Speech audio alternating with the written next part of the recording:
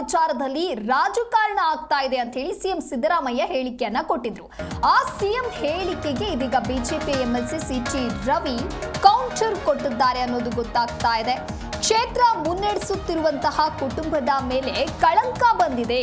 ದೂರುದಾರನ ಪೂರ್ವಪರ ಪರಿಶೀಲನೆಯನ್ನ ನಡೆಸದೆ ತನಿಖೆಗೆ ನೀಡಿದ್ಯಾಕೆ ಅಂತ ಹೇಳಿ ಇಲ್ಲಿ ಪ್ರಶ್ನೆಯನ್ನ ಮಾಡಿದ್ದಾರೆ. ಹಾಗೆ ಸುಳ್ಳು ಸುದ್ದಿ ಹಬ್ಬುವಾಗ ಸರ್ಕಾರ ಯಾಕೆ ಅದನ್ನ ತಡೆದಿಲ್ಲ, ಸರ್ಕಾರ ಯಾಕೆ ಕ್ರಮವನ್ನು ತೆಗೆದುಕೊಂಡಿಲ್ಲ, ಸರ್ಕಾರ ಯಾಕೆ ಇಲ್ಲಿ ಕಂಟ್ರೋಲ್ ಮಾಡಿಲ್ಲ ಅಂತ ಹೇಳಿ ಪ್ರಶ್ನೆಯನ್ನ ಮಾಡಿದ್ದಾರೆ. ಜೊತೆಗೆ ಅಪಪ್ರಚಾರ ಮಾಡಿದವರ ವಿರುದ್ಧವಾಗಿ ನೀವು ಯಾಕೆ ಕ್ರಮವನ್ನ ಕೈಗೊಂಡಿಲ್ಲ ಹಾಗಾದ್ರೆ ಅಂತ ಹೇಳಿ ಪ್ರಶ್ನೆಯನ್ನ ಮಾಡಿ ಕಾಂಗ್ರೆಸ್ ಸರ್ಕಾರದ ವಿರುದ್ಧ ಎಂಎಲ್ಸಿ ಸಿಟಿ ರವಿ ವಾಗ್ದಾಳಿಯನ್ನ ನಡೆಸಿದ್ದಾರೆ. ಮುಖ್ಯಮಂತ್ರಿಗಳಿಗೆ ನಾನು ಕೇಳಕ್ ಬಯಸೋದು, ಯಾರ ಮೇಲೆ ಆರೋಪ ಮಾಡಿದ್ರು SIT ನೀವು ರಚನೆ ಮಾಡ್ತೀರಾ? ಹಂಗೆ ಮಾಡೋದಾದ್ರೆ ನಿಮ್ಮ ಮೇಲೂ ಆರೋಪ ಮಾಡಿದ್ರು, ಅದಕ್ಕೂ SIT ರಚನೆ ಮಾಡ್ತೀರಾ? ನಿಮ್ಮ ಮೇಲೆ ಆರೋಪ ಬಂದಾಗ ನೀವೇನು ಮಾಡಿದ್ರಿ? ನಿಮ್ಮ ಹೋಮ್ ಮಿನಿಸ್ಟ್ರು ವಿಧಾನಸಭೆಯಲ್ಲಿ ಹೇಳಿದ್ರು, you have to take him to custody ಅಂತ ಹೇಳಿದ್ರು, ಇಮಿಡಿಯೇಟ್ ಅರೆಸ್ಟ್ ಹಿಮ್ ಅಂತ ಹೇಳಿದ್ರು. ನಾವು ರಾಜಕೀಯ ನೇತಾರರು. ಧರ್ಮಾಧಿಕಾರಿ ವೀರೇಂದ್ರ ಹೆಗಡೆ ಅವರು, ಅವ್ರ ಕುಟುಂಬ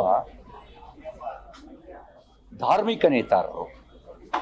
ನಮ್ಮ ದೇಶ ಹೆಚ್ಚು ಗೌರವಿಸೋದು ರಾಜಕೀಯ ನೇತಾರರನ್ನಲ್ಲ, ಅದನ್ನು ಮೀರಿ ಧಾರ್ಮಿಕ ನೇತಾರರನ್ನು ಗೌರವಿಸುತ್ತೆ.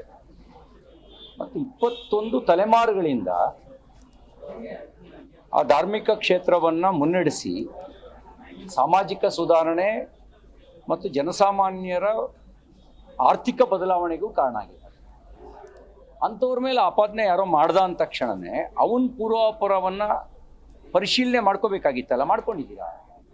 ಈಗ ಸೌಜನ್ಯ ಭಟ್ಟು, ನನ್ನ ಮಗಳು ಅನನ್ಯ ಭಟ್ಟು ನಾಪತ್ತೆ ಆದ್ಲು ಅಂತ ಹೇಳಿದ್ರು.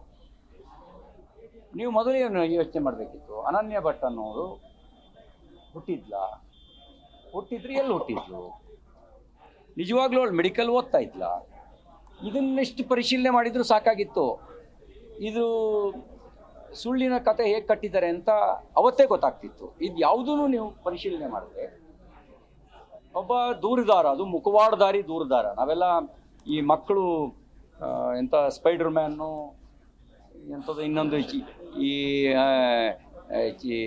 ಪ್ಯಾಂಟ್ ಮೇಲೆ ಚಡ್ಡಿ ಹಾಕೊಳ್ಳೋದು ಇದೆಯಲ್ಲ, ಸೂಪರ್ ಮ್ಯಾನು, ಆ ಥರದ್ದನ್ನೆಲ್ಲ ತಗೊಂಡು ಬಂದು ನೀವು ವಿಚಿತ್ರವಾಗಿ ತೋರಿಸಿ ನೆರೆಟಿವ್ ಸೆಟ್ ಮಾಡಕ್ಕೆ ಬಿಟ್ರಲ್ಲ. ಯಾಕೆ ಬಿಟ್ರಿ? ಆಮೇಲೆ ಸುಳ್ಳು ಸುದ್ದಿ ಹಬ್ಬಿಸ್ತಿದ್ದಾಗ ಸರ್ಕಾರ ಇಂಟರ್ವ್ಯೂನ್ ಆಗಬೇಕಿತ್ತಲ್ಲ, ಯಾಕೆ ಇಂಟರ್ವ್ಯೂನ್ ಆದ್ರ? ನೋಡಿ, ಚಲನಚಿತ್ರ ನಟಿ ರಮ್ಯಾ ಅವರ ಮೇಲೆ ಅವ್ಯಾಚ್ಯ ಶಬ್ದಗಳ ಪ್ರಯೋಗ ಮಾಡಿದ್ರು ಅನ್ನೋ ಕಾರಣಕ್ಕೆ 12 ಜನನ ಅರೆಸ್ಟ್ ಮಾಡಿದ್ರಿ, ಸಂತೋಷ. ಧರ್ಮಸ್ಥಳದ ಧರ್ಮಾಧಿಕಾರಿಗಳು ಮತ್ತು ಧರ್ಮಸ್ಥಳದ ಬಗ್ಗೆ ಅವಹೇಳನಕಾರಿಯಾಗಿ ಯೂಟ್ಯೂಬ್ಗಳಲ್ಲಿ ವಿಚಿತ್ರವಾಗಿ ಆರ್ಟಿಫಿಷಿಯಲ್ ಇಂಟೆಲಿಜೆನ್ಸ್ ಉಪಯೋಗಿಸಿ ಸ್ಟೋರಿ ಬಿಲ್ಡ್ ಮಾಡಿದವ್ರನ್ನ ಎಷ್ಟು ಜನರನ್ನ ಅರೆಸ್ಟ್ ಮಾಡಿದ್ದೀರಿ? ಎಷ್ಟು ಜನ ಜೈಲಲ್ಲಿದ್ದಾರೆ? ನೀವೇನು ಆಕ್ಷನ್ ತಗೊಂಡ್ರಿ? ನೀವು ಆಕ್ಷನ್ ತಗೊಳ್ಳದೇ ಇರೋದು ರಾಜಕಾರಣ. ಒಬ್ಬ ದೂರುದಾರನ ಹಿನ್ನೆಲೆಯನ್ನು ಪರಿಶೀಲನೆ ಮಾಡದೆ 17-18 ಕಡೆ 20-22 ಅಡಿ ಅಗದ್ರಲ್ಲ, ಅದು ರಾಜಕಾರಣ. ನಾವು ನಿಮ್ಮ ರಾಜಕಾರಣದ ವಿರುದ್ಧ ತೊಡೆತಟ್ಟು ನಿಂತಿದ್ದೀವಿ, ನೀವು ಮಾಡಿದ ರಾಜಕಾರಣದ ವಿರುದ್ಧ ತೊಡೆತಟ್ಟು ನಿಂತಿದ್ದೀವಿ. ಈಗ ಅನುಮಾನ ಇದೆಯಪ್ಪ. ಮುಖ್ಯಮಂತ್ರಿಗಳಿಗೆ ನಾನು ಕೇಳಕ್ಕೆ ಬಯಸೋದು, ಯಾರ ಮೇಲೆ ಆರೋಪ ಮಾಡಿದ್ರು SIT ನೀವು ರಚನೆ ಮಾಡ್ತೀರಾ? ಹಂಗೆ ಮಾಡೋದಾದ್ರೆ ನಿಮ್ಮ ಮೇಲೂ ಆರೋಪ ಮಾಡಿದ್ರು, ಅದಕ್ಕೂ SIT ರಚನೆ ಮಾಡ್ತೀರಾ? ನಿಮ್ಮ ಮೇಲೆ ಆರೋಪ ಬಂದಾಗ ನೀವೇನು ಮಾಡಿದ್ರಿ? ನಿಮ್ಮ ಹೋಮ್ ಮಿನಿಸ್ಟ್ರು